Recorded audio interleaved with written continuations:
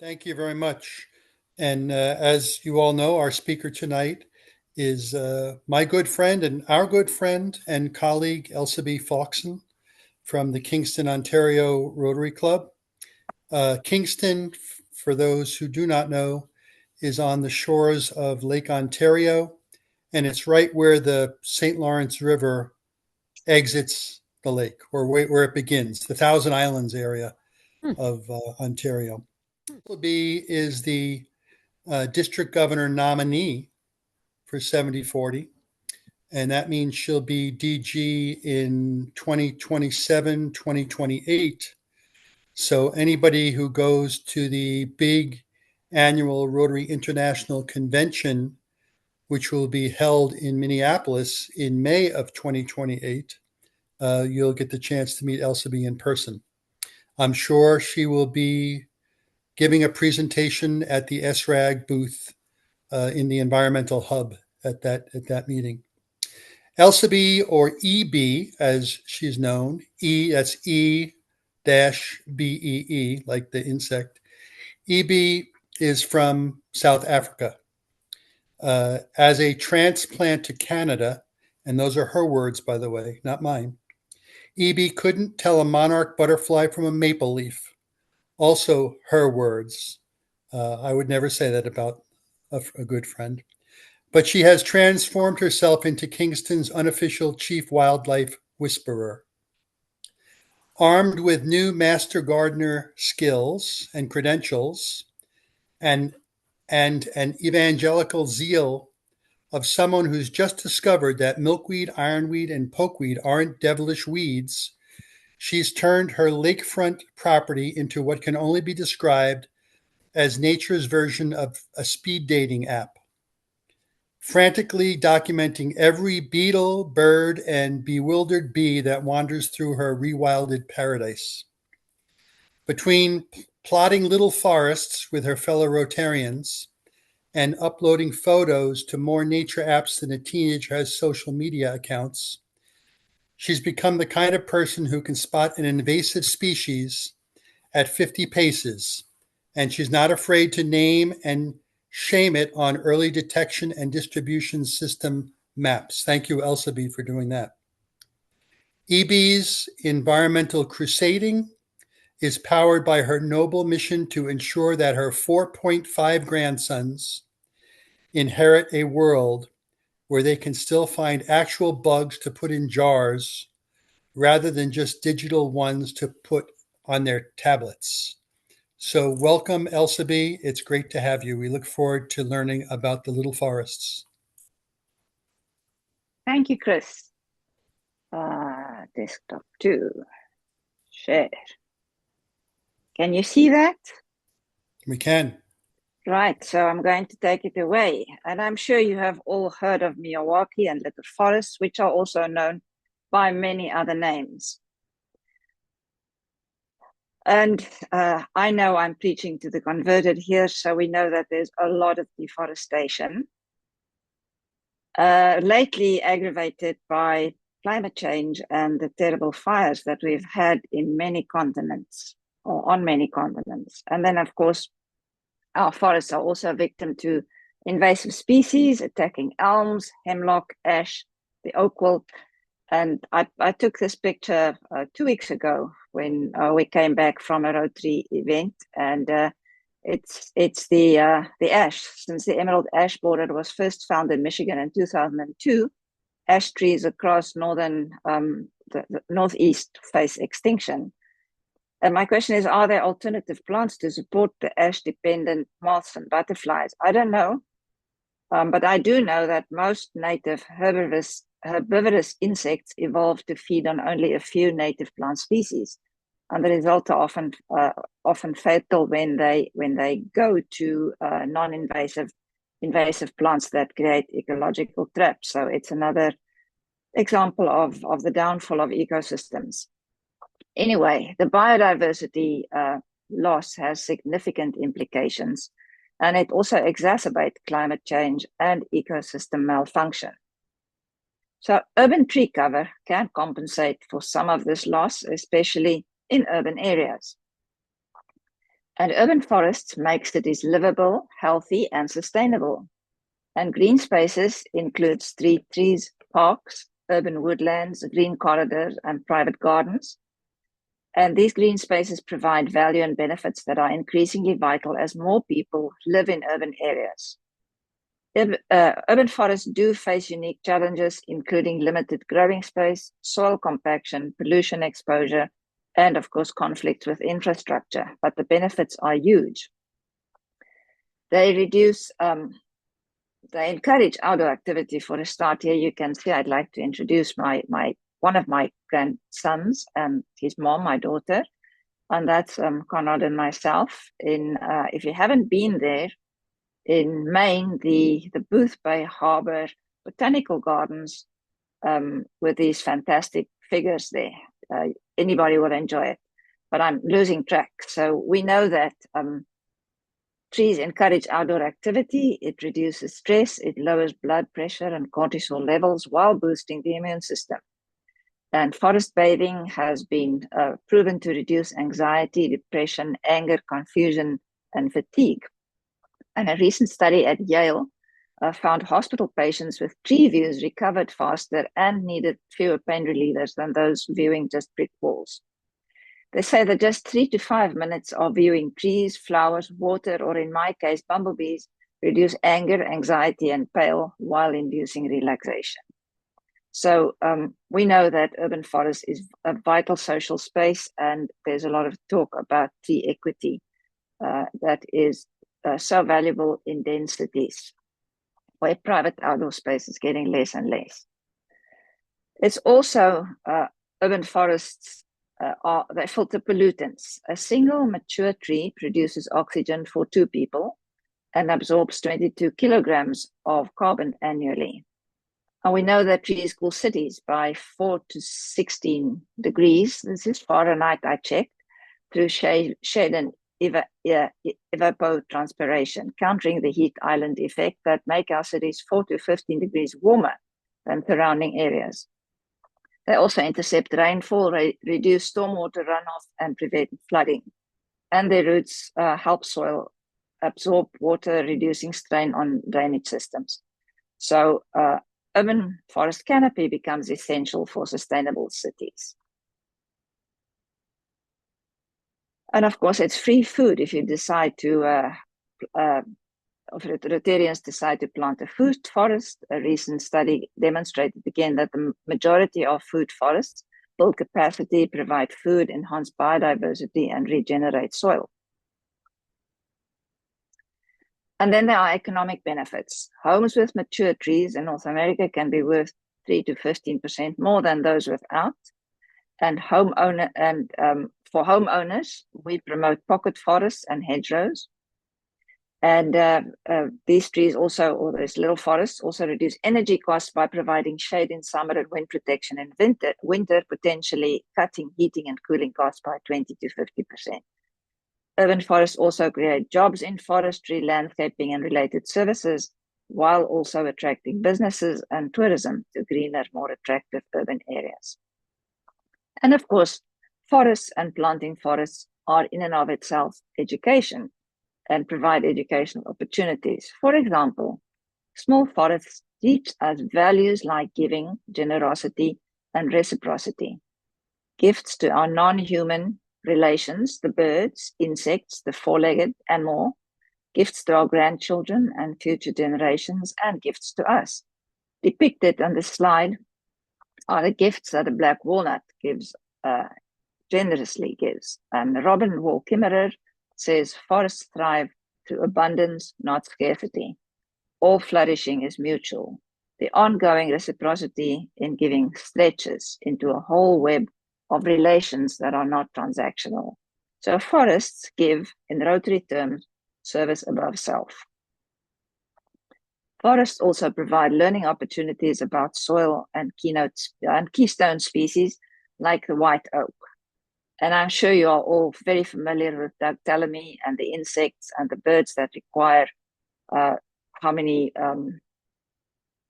insects to feed their young. And they also provide trees for nesting. So the white oak here depicted, this is just a small sample of the species that it supports. And deer, turkey, ruffled grouse, bears, squirrels, any animal big enough to eat its corn do so.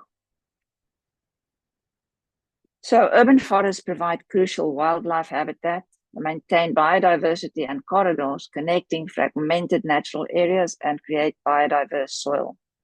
Tree flowers provide critical food for bees, offering nutrient-rich pollen and nectar. Forests give pollinators nectar and shelter from extreme conditions. And fallen leaves in forests create vital habitat. Most butterflies and moths overwinter in leaf litter as eggs, caterpillars, chrysalis, or adults. Luna moths and swallowtails camouflage their cocoons among dried leaves. And ash tree leaves in wet areas provided essential habitat for tadpoles as well. Street trees in modern urban centers die relatively young. In Toronto, a 2007 paper stated that street trees there live to an average age of only 7 years, therefore limiting the environmental benefits they contribute. Now, the question is, why do they so young? Well, typically, I think the size of the trees, the root balls are removed from the soil, so fairly big trees are planted with no mycelium connections and no connections to each other. And I think they simply die of maybe a lack of water and nutrients, but I think loneliness can play a role. They have no relatives near them to support and love them. But since that time, the Toronto city engineers have been installing at great cost artificial aqueducts to provide water.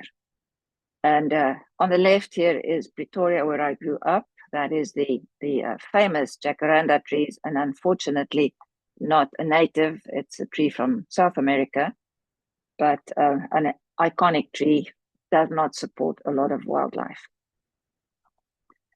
Question is, where can you plant the Miyawaki forest? Well, pretty much anywhere. And if you look at the TED talk by Shubhendu Sharma, How to Grow a Tiny Forest Anywhere, I don't have time to show it now.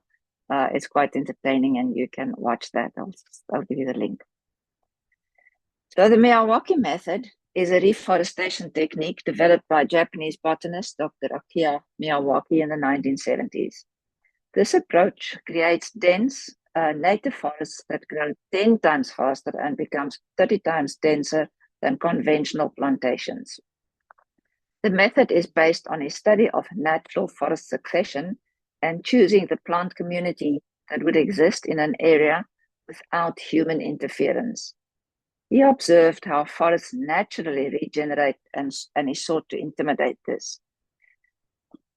Now, Miyawaki has instructed the planting of over 1,700 areas in the world, mostly in Japan, but also Borneo, the Amazon, and China. And it is definitely cheaper and sustainable than having to replace the trees annually. Core principles are to use native species who are densely planted in a 4-layer structure, mimicking natural forests in soil that is extensively prepared and enriched. You use native tree species that would naturally occur in that local ecosystem of the area that you want to plant. And as is identified typically through an inventory of the nearby natural forests to guide species selected. And we know that plants that evolve together thrive in similar soil and climate conditions and support each other's health, like a forest microbiome. And then we also know that plant species naturally migrate and has been doing so over thousands of years through seed dispersal. But climate change and human barriers like roads and development now prevent fast enough adaptation to survive. And climate change definitely outpaces plants' ability to relocate. And again, the loss of native species are cascading ecosystem collapse. So we will also, when we look at our planting, consider things like flood-prone areas, fire-prone areas, and so forth. Now, for example, while Kingston, here as Chris explained on the northeast corner of Lake Ontario, isn't in the Carolinian zone, and this is this whole area here, we are a transitional area with several Carolinian species who call Kingston forests home. And in my garden, I have just planted 3 pawpaws. I think I gave Carol 1 or 2 as well. And it is a Carolinian species that I haven't heard of until 3 years ago. But with changing climate, we're helping more species to migrate a little north to the Kingston area. And we do this when we plan our little forests as well. So another principle is to plant native young saplings in a 4-layer structure, mimicking natural forests. These layers from the top are the tall trees, the canopy layer, the sub-canopy layer with medium-high trees, the shrub layer or understory, and the ground cover. And over time, seed dispersers like birds will bring in new species. I'm giving you a few examples of canopy. The tulip tree, again here, this is in my garden. I planted this tulip tree 2 years ago, I think. It hosts 21 Lepidoptera, including the eastern tiger swallowtail butterfly and the tulip tree silk moth. Hummingbirds and orioles are attracted to the flowers. Other birds capture the insects that the flowers attract, and flower nectar and pollen attract flies, beetles, honeybees, bumblebees, and other long-tongued bees. Thrushes, waxwings, wood warblers, finches, mockingbirds, thrushes, chickadees, titmice, cardinals, grosbeaks, and more eat the seed. Another canopy is American persimmon, and it hosts 50 Lepidoptera. And floral visitors include honeybees, bumblebees, little carpenter bees, digger bees, cuckoo bees, leafcutter bees, mason bees, and elected bees, including the little green metallic ones. Also, it attracts syrphid flies and skipper butterflies. In the sub-canopy, some examples are the American plum. I also have one in my garden, which I didn't plant. Somebody just brought it to me, a bird, I guess. And it hosts 465 Lepidoptera, including a clear wing hummingbird moth that I find fascinating. And the nectar and pollen attracts various flies and other insects. Bee visitors include honeybees, bumblebees, little carpenter bees, cuckoo bees, elected bees, and adrenid bees. Hummingbirds and Baltimore orioles enjoy the nectar, while the fruit is too large for many songbirds. Robins, catbirds, and even downy woodpeckers may enjoy of this fruit. Another one is sassafras, a native gem of North America, which hosts 38 Lepidoptera, including 2 swallowtails and a lot of insects. In the shrub layer, an example is highbush blueberry that hosts 295 Lepidoptera, and nectar and pollen attract honeybees, bumblebees, adrenid bees, and the birds adore the berries. Okay, in the herbaceous layer, we typically plant that the following year, and that would include milkweed around the edges, edge aster, woodland sunflower, and then grasses and sedges, underappreciated as pollinated plants, for example, switchgrass or foxedge. And for annuals, we will just distribute some jewelweed or bigotic seeds. Okay, dense planting is another principle. Young saplings are planted densely, 3 to 4 per square meter or yard, in a natural pattern to simulate the forest growth. Young saplings are more adaptable and can form symbiotic relationships with mycorrhizal fungi in the soil far quicker than any older tree. The dense planting also increases resilience against floods and landslides, and it stimulates growth as there is competition for sunlight. You must tell me if I'm running out of time, please. Soil preparation. This is often the most expensive in terms of effort, equipment, and materials, and if overlooked, it can lead to a low success rate. Just think a natural forest floor, how rich that is. So the soil is extensively prepared with organic matter, especially in degraded areas, to tree growth. Here in Kingston, we use wood chips and leaves, and a soil test is often recommended because in urban areas, we don't know what happened previously. Now, I'm going to give you a little story about what happened. So in 2021, the Rotary clubs in Kingston, the 4 clubs together that Carol mentioned, celebrated 100 years in Kingston. And we chose 21 projects for 2021 to commemorate, and one of them was to plant 21 native trees in Rotary Park. We used the district grants, the trees and the equipment were quite expensive. And here is a picture of delivery day. It was, as you can see, quite an effort to get these huge trees off this enormous truck. And size does matter because we planted these 21 trees. Here they lie with their root balls versus planting, this is just a banker's box. How many? About 50 little saplings in here. This was what we plant in Miyawaki forest. So the difference between equipment and manpower is, this is a child planting a tree in the Miyawaki forest, is notable. Now, Rotary Park, this was just the next day after we planted. Each tree had to be staked. We put these gator bags, we mulched them, and for 2 years afterwards, we had to look after them and water them. But year 3 and year 4, which is now this year, we had droughts. And the city, we signed off after 2 years because the city owns the park and they were supposed to look after it. So unfortunately, there was only 55% survival. The city did replace some of the trees with others, but there are still quite a number of trees that are dead. And as you can see, this area does not really look like a forest. I took this picture on Sunday. So disappointing versus the forest that we planted at the Portsmouth Community Little Forest at the Senior Center. This is previously a school. So this is 2023, the planting. This is in 24, how much growth we had. And also Sunday I took pictures, and there you can see is the building dwarfed behind the growth of the trees. So this is located on urban land that was mown turf grass for more than 65 years. And under it, we found later a layer of gravel and sand was over the clay foam and obviously topped to the turf grass.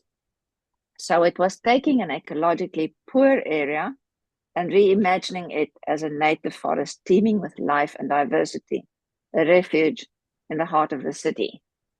And what was important here is that we used community and community planning, and they decided they want a bird forest, they want a walking forest, and a Great Lakes mixed forest, and connecting this with dividing pathways and a food forest. And we'd planned a little pollinator garden as well, and a water feature and seating. So we started off by information flyers distributed to all neighborhood residents, and in 3 sessions in late 2022 and early 23, a core group of interested community members learned about the traditional indigenous values that once shaped the sustainable stewardship of the land, the Miyawaki method of afforestation, the principles of inclusive living system, and the composition of old growth forest in the area before their removal for agriculture, timber, and development. We first started the site clearing. We removed invasive species, buckthorn, Manitoba maple, multifloral rose. There were also some overgrown native vines, Virginia creeper, and wild grape. We used all the cleared brush on site for habitat and soil nutrition, because healthy soil is critical for plant health. But we discovered in this case that we had to, despite the fact that we put wood chips and a lot of leaves and these other material on top, we didn't do the soil test in advance. So we discovered that it was all this, what do you call it? The stones. It was dead soil. So we had to excavate that, all the soil, and mix it up, and we applied another layer of compost and wood chips. But we were eventually ready to plant. And again, here is what it looks like now. There's the school, the building in the back. Here's me taking a selfie to show the height of that, but I'm not very good with selfies. And this was next one is an aerial view of the area that we planted. So that's the school, this is parking lot, and this whole area we planted with these forests.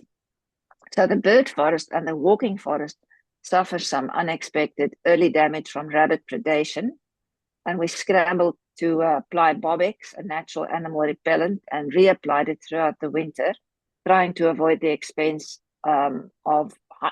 we have planted 1,600 trees, so we didn't want to buy 1,600 plastic tree wraps. But it worked well, and the forest, as you see, survived. We weeded and watered the trees as necessary for the first 2 to 3 years. And during these unusually dry summers that we had, we watered again to avoid particularly loss of soil microbes. And at the Seniors Association, a group of people steward this, and a new community space was formed. So a stewardship is really important, or a stewardship plan. This is a resource that you will find on the Little Forest website. My friend Joan created this, and if we have time, I broke it down as a summary, step by step. To the steps is to gather the community, include as many stakeholders as possible, including officials. Find the land. You need 6 parking spots or less for a homeowner's pocket forest. Ideally, you can things like church forest, those expanses of underutilized lawn or degraded, neglected areas. Discover who the land wants to be. Is there a slope? What's the soil type and condition? Who do you want to help with habitat? And who do you want, as we invited new Carolinian species? And do it with ceremony, with celebration, with diversity. Connect with all your relations, the soil, the water, the trees, little things, the birds. And do the hard work of preparing the soil and wait. And while you wait, you learn and you tell the story in the community, and you can grow your own seedlings. We have school projects where we grow seedlings, where we do winter sowing. And then we take that to our Little Forest nursery in a community garden and keep it until the fall, when we typically plant the forest. And with every plant that we plant, we take half a cup of fresh, real forest soil, and with a product like Root Rescue, which is a mycorrhizal tea or powder with every bare root sapling. And so we inoculate the baby trees as we plant. And we love and tend the forest. And this picture is past president of my club, Bill Ignatov, who was playing the flute to the little bird forest saplings so they can grow. And Bill told me this morning at the meeting that actually this week they are planting a hedgerow between him and his neighbor with Little Forest Kingston. And a hedgerow is nothing but an elongated live thick fence, providing noise pollution and poison drift barrier with all the other benefits of a little forest. So this is a picture of Yokohama University Gate in 1978, where Miyawaki worked. His efforts to protect nature and improve people's lives have led to the development of this technique, and resulting in the creation of about 3,000 forests worldwide. And this is 2024, the same gate. This is the forest that he planted. So obviously there is some sustainability. And in 2024, he died in 21. And in 24, there was an international Miyawaki symposium with 150 participants from 29 countries, and case studies from all over the world were presented, underscoring the global relevance and applicability of this approach. There are a few naysayers in India that says people did not plant it in the right place, and that can be, but I think if you follow the steps as I described, that should not be a problem. So it is estimated that new or restored forests could remove up to 10 gigatons of carbon equivalent by 2050. That sounds impressive, and I had no idea what it means, but I know that these forests are essential for life, for habitat, and for pollinators, and that's good enough for me. So just to close, I acknowledge that the land where you may plant a little forest is the traditional homeland of the Dakota and the Anishinaabe people who have for generations lived on and care for that land. And they continue to live. And as they continue to live here, it is my wish that these nations be invited to participate and be consulted on restoration projects that Rotarians embark on. And I will share these resources with you. And if you have any questions, feel free to ask. Hebe, you were talking about the rabbits, and I didn't catch what you did for the rabbits. Oh, there's a product. I don't know if you have it there. It's called Bobex, Bobbex, and Okay. it's a natural product. And we just diluted it and put in a little hand pump and sprayed it on the leaves, and it keeps the rabbits away. Okay. Could you describe in a little more detail the soil testing, what you test for? Oh, we had a biologist, ecobiologist from Queens, a student, and we just asked him to test the soil for basically nutrition value and what's the composition of the soil. So typically, as a master gardener, we would do our own soil test and just say this is clay or sand or what. But this was so gravelly, and there were so many things and years of poison and stuff. So we had to test: are there anything really bad in the soil, and what should we do?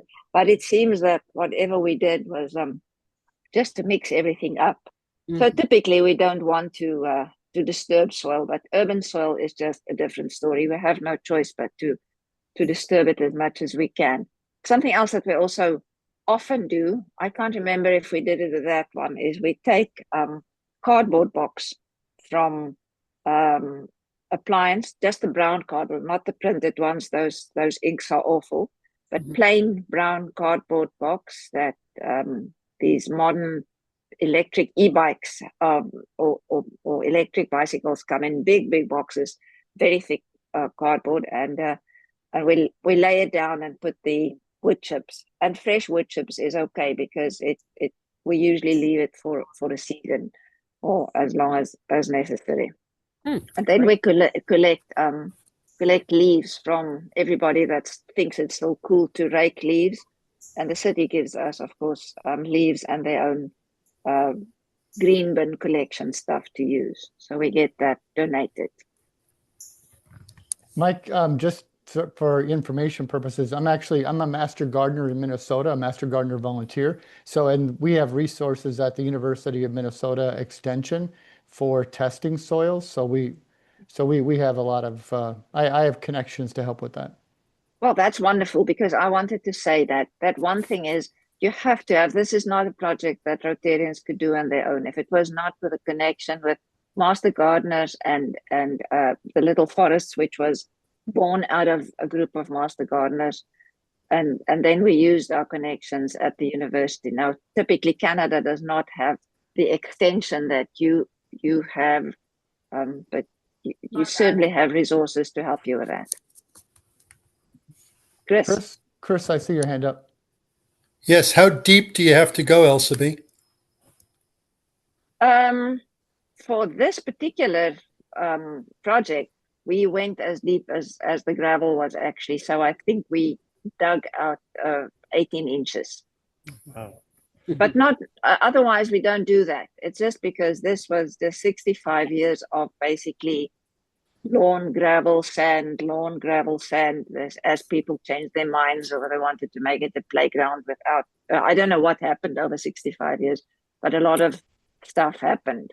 Sure. Is there a standard that? No, at the other, you just look, is this soil, can we dig in it?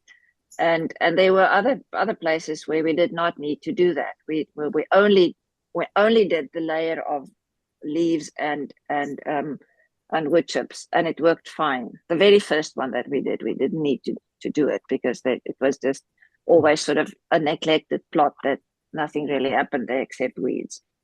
Right. Thank you. Terry, I'll go to you, and then Pankaj will go after Terry. All right. Sounds Go great, ahead. Tim. Thanks. Yeah, thank you so much for your wonderful presentation and the great work that you've been doing. I had the privilege of co-founding the Sacramento Community Garden Program way back in 1974. And we cleared rubble-filled lots and all of that. It was really an amazing thing. But one of the questions that I was just curious about is about worms. So I'd be curious to hear your thoughts. In northern Minnesota, we're having a real problem with worm populations in our forests, devastating the cover, and a lot of people put worms in because they want, the idea is they want worms in my garden, right? So it's just curious how you deal with that.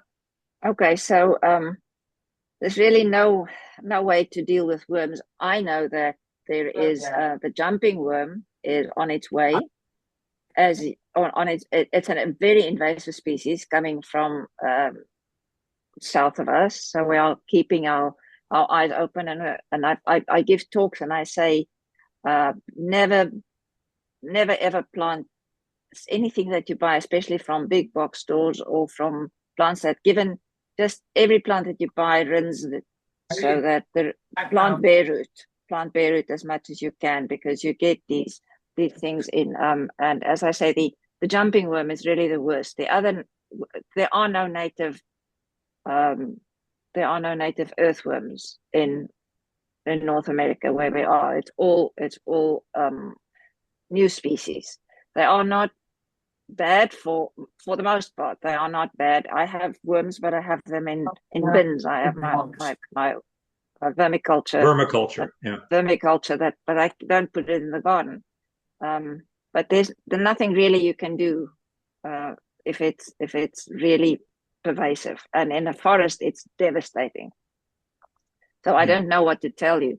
I guess there should be more research. If I'm the last person, I hate poison and I always advocate against it. And of course, in Canada, we use less poisons, and I get furious if people say, well, I just go across the border and I go and buy my poison there. But I don't know what we're going to do. We need solutions, but we have too many invasive species. Thanks.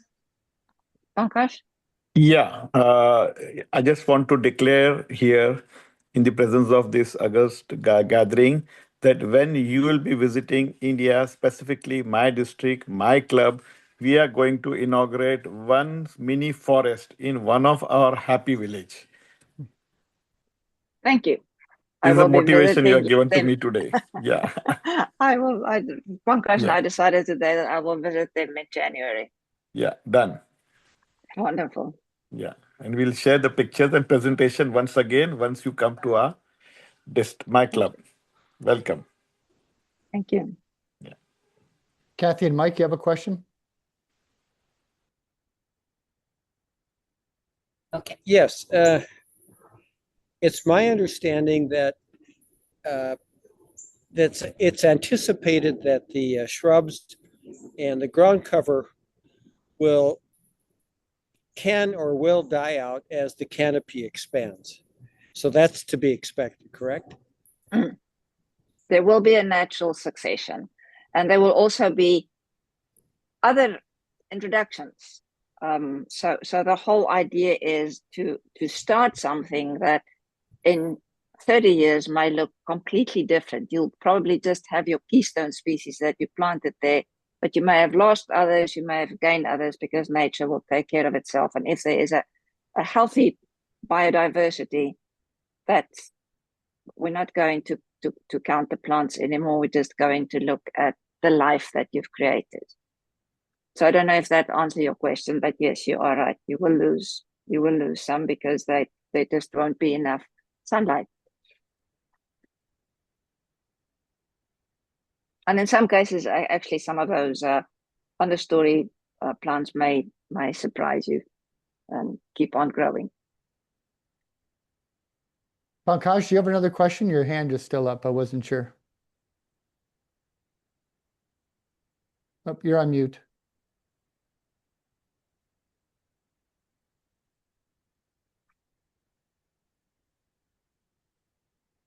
See if I can. Terry. There we go. Okay. I have a question, Elsabe. We do a lot of buckthorn removal work where we are in the Twin Cities, and I'm just curious, when you remove, did you just basically pull it out? Did you cut it? Did you treat it? No. How do you work with buckthorn? Buckthorn, you have to get the crown out because it just resprouts. Yep. So, yeah, we had a group of students from St. Lawrence College with good muscle, and they have they took the buckthorn out. I think Kingston is the is get the first prize for buckthorn at this stage. It is everywhere. I walk every day through my garden. Maybe not now anymore, but up until 2 weeks ago, and I pull at least 50 cotyledons buckthorn out. It is. I have a neighbor that grows a buckthorn forest. So what I also would like to say is something that has helped tremendously in Kingston itself is that our city is on board with new bylaws. No, I don't think you have bylaws. I think you have homeowners associations, and I heard some chatter before that. But there were actually some court cases in Canada, specifically in Ontario, about people who were told not to grow forests or meadows in their lawns. So in my city, and I'm very proud of this, we worked hard to get the city to change the bylaws. We have a bylaw now that says your lawn may not be longer than I think 30 centimeters, a foot, basically, lawn area, but anything else can grow. And then we have a short list of prohibited plants, including buckthorn and a few others. And there's only one prohibited native plant, and that's ragweed, because people are so allergic to it. Not that it makes a difference; it's everywhere still. But yeah, our new bylaws help a lot. So now we can show people how to make pollinated gardens, meadows. Very nice. Terry, you have another question? Yeah. Yeah. I was just curious about what kind of an issue especially when you're clearing an area with things like poison ivy. Well, the thing is to know your plants, and then if you do clear, you have to have the protective clothing on it. So we haven't come across that, but we know what to do. And of course, other things like wild parsnip, people also are often very afraid of it, but they have to understand that don't get the sap on you, and don't use things like whippersnippers or weed whackers, because that just sprays that oil all over you. And the other thing to understand is that not everybody reacts the same. You know, some people will react far worse, and it is the sun that creates the reaction. So if you can keep yourself covered in the shade and wash it off properly, you may not have a reaction. But how about growing back? You're not having an issue with that? As I say, we have not had an area but again, I would say take the roots out. Which is a challenge because they spread very easily. It's a challenge. That is why invasives are called invasives. They won't want to. They don't want to leave. Stuart, you've got your hand up. Hey, yeah, thank you for just a great presentation. One thing that I was thinking about throughout was how you touched a couple times on the importance of relationships, whether that's with like your city or different schools. And I would love to hear you talk more about maybe how you got some of the buy-in necessary from the community. We had what we called a node, outreach node, and we huddled together. We met regularly, especially at the beginning, and we decided who are we going to target. But for this specific little forest that I described, we had the the ability to, so Kingston has got a huge retirement community. As you can see, I'm also one of them. And because we chose that retirement, the senior center, and they actually serve, I think, about 500 people in the community, or 5,000 people in the community. They have also 5 sites. We had a distribution center, plus we had flyers in that Portsmouth area that we invited people, and we had 3 of the workshops, I think I mentioned that, where we taught the people about the method, about relationships, about indigenous caring of the land, and involved them, and we got them involved in the actual planning of the forest. So and talking about the trees. So workshop 1, we had certain homework and say, let's go and research. And I can remember in that first workshop, I went and I researched Asamina triloba, and you have to tell the others about the gift. So we made it a very community oriented thing. We also spent many hours talking to our city councillors, city administrators about this. And we have over the years, because it's sort of a mixture of Rotarians and master gardeners and little forests, we now know where our no rule contact points are of these people. And we keep them up. We have newsletters with little forests and with master gardeners. And I will not take credit for that. It's mostly Joyce that do these things, but it's an ongoing. And once you have that, you try to get the stewardship. A while ago, we had another program with the city, a tree equity program, where the city provided bigger trees that people could plant in their yards. And we walked from, like politicians, we walked the streets and knocked the doors and say, hey, do you know that you can get 3 trees for free from the city? And would you like to have a tree planted, and would you need help with it? And then we'd give them a pamphlet and tell them about it. So there's a lot of footwork involved in projects like this, but it works. Did that answer your question, Stuart? Yeah, it did. That was very helpful. Thank you. Oh, and schools, yes. Schools, very good. Knock on the doors, you get your, once you have a little bit of a foot in a door, it helps. And if you have an interact club, that also helps a lot. Chris, you have another question? Nope, you're on mute. I have a question and a statement. My question is, did James Cameron consult with you on the writing of Avatar? That's the question. If not, he should have. And the statement is that, yes, there are communities in the evil South, the United States, for those who are not from Canada. There are communities in the evil South that have homeowner association rules, but most communities, like Kingston, also have zoning ordinances, or bylaws, as you call them. And I have had friends who have been stopped in their planting pollinator gardens because of these zoning ordinances that insist that anything above 10 inches be cut down. And so there are progressive communities like Kingston in the United States, or Evil South, excuse me, that do allow planting of pollinator gardens or Miyawaki forest. There are homeowner associations that have progressed and now allow this as well. But there are plenty of small communities in particular that are out there that anything above 10 inches, cut it down.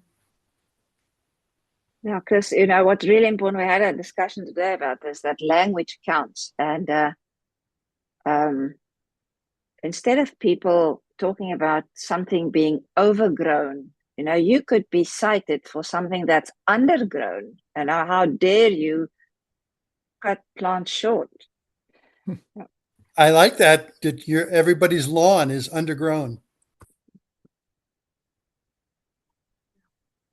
Good. We probably have time for one more question if we've got one. Mike and Kathy. Oh, Mike and Kathy, go ahead. Again, Evie, this is just so inspiring. And I'm just like one of the reasons that, well, I guess Tim had mentioned that I was one of the reasons that, or the inspiration for the Tiny Forest talk tonight. And indeed, I'm just so excited about this concept. And we are facing here in the community we live in, it's quite a wealthy suburb, and they put in place 2 years ago an ordinance that if there's going to be a tear down of an older home and a new one built, that if the developer is going to take down a tree, a large tree, a beautiful tree, they have to pay an additional fee. Mm. And the developers and the home builders they're pushing back, and they're saying this is completely unfair and so forth. So I guess my one comment is that in the process of redevelopment of communities, if this is sort of the attitude that, well, to get rid of these big trees, they're in a way we can't build what we want. I'm thinking wonderful. Another aspect of the tiny forest concept is just to talk about the value of trees. We don't do that very often in community. And so I'm super excited about this, just to even get out there and tell people the value of trees. And you know, it's a lot about talk about carbon sequestration, but as I say, and yes, it is, and it is true, but it's still sort of organic carbon, and it can be released the moment that tree is felled. So, but for me, the whole idea of biodiversity that one tree can provide is super important. Terry, you have a comment or a question? Just one really quick thing to add, because Kathy just made me, Kathy reminded me about it.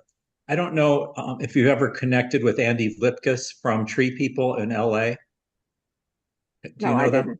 It would be really worthwhile for you to connect with them. They are, I think, the best in the country, if not the world, in the LA area. Tree People is unbelievable. And the thing that I particularly like is they have a model that they use to actually calculate the net value of a tree so for realtors and everything. So it does the total calculation of the benefits provided by the trees. It's really powerful. And they've really changed LA in terms of trees. It's amazing. I'd love to see that, because I have this thing in the back of my head is we have so many realtors in Rotary. I don't know where you are, but definitely here. For them, I think it's often a way to get business. But if we can get realtors to start telling their people, we can never sell your property without pollinator gardens and trees, that will help. Yeah, that's exactly why they had to do it, because they're fighting these realtors, you know, this industry that's really, really rough, the home builders and all these guys. And, you know, so this is how they countered it, and they can show the net value of it. So it's really powerful, very powerful tool. You know, when I grew up, my father built a house, and my father definitely instilled in me the values, loving nature, loving biodiversity. He taught me about trees and flowers in South Africa, not here. Anyway, he built a cottage for us, and that cottage was designed around a tree. And he said, we said, well, why don't you do this? It would be much more comfortable if we do it like that. He said, you know, God took 100 years to work on this tree. Who are we to cut it down in one fell swoop? So that I will never forget that. Tim, can I mention one last little thing? Sure.